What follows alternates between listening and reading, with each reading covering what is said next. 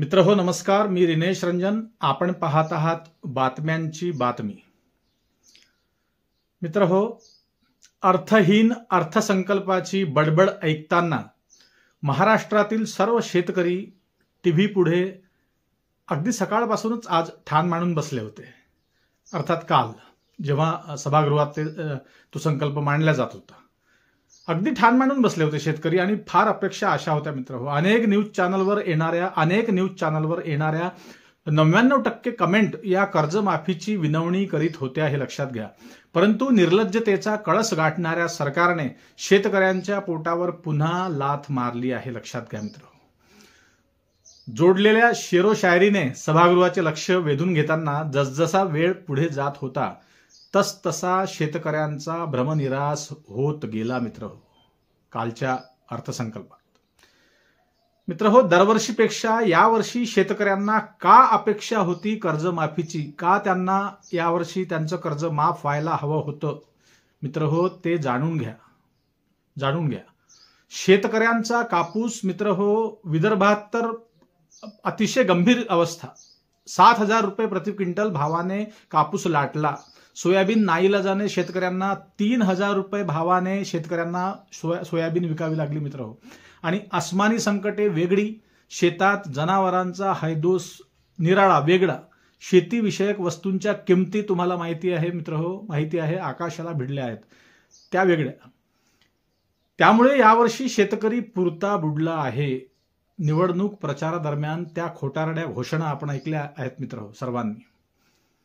आणि त्या खोटारड्या घोषणा, ती लबाळ आश्वासने देऊन शेतकऱ्यांची फसवणूक करणाऱ्या या सरकारला जनता माफ करणार नाही, हे लक्षात घ्या.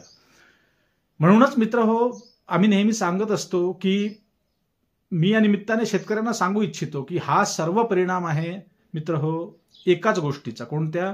बहुमताने निवडून येणाऱ्या सरकारचा हा परिणाम आहे मित्रहो. बघा ना, केव्हाही याआधी लक्षात घ्या तुम्ही, पूर्ण बहुमताची सरकार जेव्हा जेव्हा निवडून येत असते तेव्हा तेव्हा सरकारची मनमानी सामान्य जनतेला भोगावी लागते.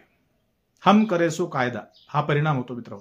खिशात नाही खायला आणि चालले काश्मीर फिरायला, अशी गत या लबाडांची झाली आहे मित्रहो.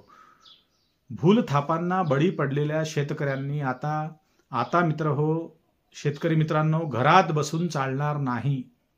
तुम्हाला राम शिकवायला निघालेले नकली हिंदुत्वाचे थोतांड मांडून स्वतःच्या स्वार्थासाठी मतदारांची मती भ्रष्ट करणारे हे नेते शेतकऱ्यांच्या मानगुटीवर बसले आहेत, लक्षात घ्या. आणि याला सर्वस्वी जबाबदार मतदार आहेत, शेतकरी आहेत मित्रहो. आणखी एक अंदाज अनेकांचा खरा ठरण्याची संभावना होती आणि आहेच. येत्या 2029च्या निवडणुकांमध्ये शेतकऱ्यांचीच काय तर कुणाचीच आवश्यकता या मंडळींना पडणार नाही, हे लक्षात घ्या, हे लिहून घ्या. तुम्ही मत दिले नाही तरी तुमचे मत ते ईव्हीएमच्या आशीर्वादाने हिसकावून घेतील, हे लक्षात घ्या. आणि त्यानंतर तुमचे हाल ते करतील, एवढं ध्यानात ठेवा. मी माझ्या कालच्या व्हिडिओमध्ये बिलकुल मित्रहो आशादायी बोललो होतो आणि अभ्यासपूर्वक बोललो होतो, त्यांच्या हालचालींवरून बोललो होतो. परंतु त्यांच्या सवयीप्रमाणे मला शंका परंतु होतीच. मी ते नमूद केलं होतं व्हिडिओमध्ये. शेतकऱ्यांनो, तुम्ही तुमच्या शेती खर्चाचा हिशोब आता अजितदादा पवार यांना अवश्य पाठवा मित्रहो. बिनधास्तपणे पाठवा. बिनदिक्कतपणे माध्यमांवर बोलायला पुढे या.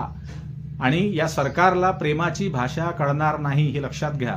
कारण यांना निवडून येण्यासाठी श्रम करावे लागले नाहीत, हे या वागण्यावरून अगदी स्पष्ट होते मित्रहो. अरे, जनाची नाही तर मनाची तरी लाज लज्जा उरायला हवी होती ना.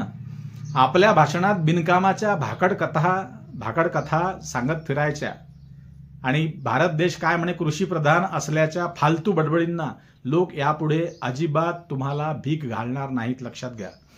एक दिवस तुमचा तर दुसरा दिवस येईल तो शेतकऱ्यांचा, या महाराष्ट्रातल्या संपूर्ण शेतकऱ्यांचा येईलच. प्रत्येक गोष्टीसाठी सामान्य जनतेला रस्त्यावर उतरावं लागतं, हे दुर्दैवी आहे. हे नेते हे लबाड लांडगे माणसं नाहीत. एकीकडे हजारो कोटींची नासधूस कृषी खात्यातील घोटाळे तुम्ही ऐकले माझ्या मागच्या व्हिडिओमध्ये. शेतकऱ्यांच्या पाठीत नाही तर पोटात खंजीर खुपसताना काहीच विचार न करणाऱ्यांनी उद्धव बाळासाहेब ठाकरे साहेबांकडून काहीतरी शिकायला पाहिजे, कारण त्यांनी कर्जमाफी दिली होती बोलल्याप्रमाणे. असे उद्गार अनेक शेतकऱ्यांनी काल अर्थसंकल्प ऐकताना काढले मित्र महाराष्ट्रात. आणि शेतकरी हवालदिल झाला आहे त्याची वस्तुस्थिती तुमचे जे कृषी अधिकारी आहेत ना, कृषी ऑफिसात बसलेले तालुक्याला, ते तुम्हाला सांगत नाही, त्यांना ठाऊक नाही, तेच बांधापर्यंत येत नाही. निवडून येण्यासाठी ढोंग करणारे तुम्ही सोंगाडे आहात, सोंगाडे. जनता आता भोळी नाही, पण काय करणार, शेतकऱ्यांसोबत केलेला हा विश्वासघात शेतकऱ्यांनी मात्र विसरू नये. आता शेतकऱ्यांनी या धोकाधडीला लवकरात लवकर विसरावे, यासाठी मित्रहो काहीतरी नवीन उपद्रव तयार करतील हे देखील लक्षात घ्या. हां, लक्ष विचलित करण्यासाठी काहीतरी घटना घडवून आणतील नक्कीच.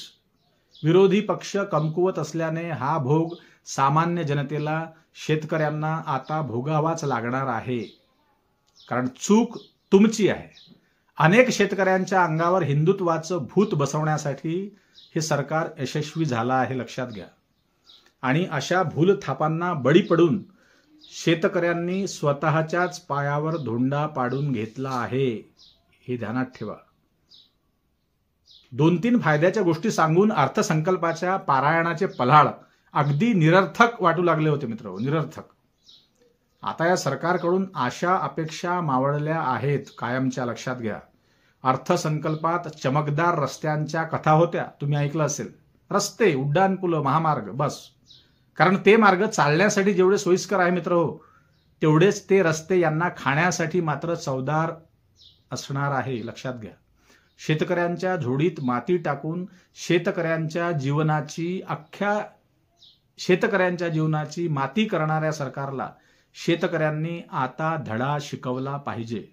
परंतु अनेक शेतकऱ्यांच्या अंगात सध्या हिंदुत्वाचं भूत सवार झाल्याने एकच अट निर्माण झाली आहे मित्र हो, एकतर हिंदुत्व घ्या, नाहीतर कर्जमाफी घ्या. हिंदुत्वाचे दिवे लावताना तुमचे तेल काढण्यासाठी सरकार पुन्हा सज्ज आहे, लक्षात घ्या. आता तुम्हीच ठरवा मित्र हो, तुम्हाला नेमकं काय हवं आहे. मुख्यमंत्री देवेंद्र फडणवीस आता काही दिवस माध्यमांपुढे येणार नाहीत, पत्रकारांपुढे येणार नाहीत. येईल तरी कर्जमाफीचे त्यांनी दिलेले उत्तर हे कुणालाही कळणार नाही, ते कोड्यात असणार आहे मित्र. ही गंमत आहे सरकारची. मित्र हो, आज या विषयात एवढंच. आता नेमकं शेतकऱ्यांनी काय करायला पाहिजे ते कमेंट बॉक्समध्ये नक्की व्यक्त व्हा, लिहा मित्र हो, सांगा. पुन्हा जाता जाता एक नम्र विनंती, चॅनलवर नवीन असाल तर सबस्क्राईब करा चॅनलला. आणि मित्र हो, शेतकऱ्यांच्या हितासाठी, महाराष्ट्राच्या भल्यासाठी जास्तीत जास्त लोकांपर्यंत हा व्हिडिओ शेअर करा, पाठवा मित्र हो, पोस्ट करा, लाईक करा आणि कमेंट करा. पुन्हा भेटू नवीन विषयावर बोलण्यासाठी नव्या दिवशी, नव्या दमानं. तोपर्यंत नमस्कार. जय हिंद, जय महाराष्ट्र.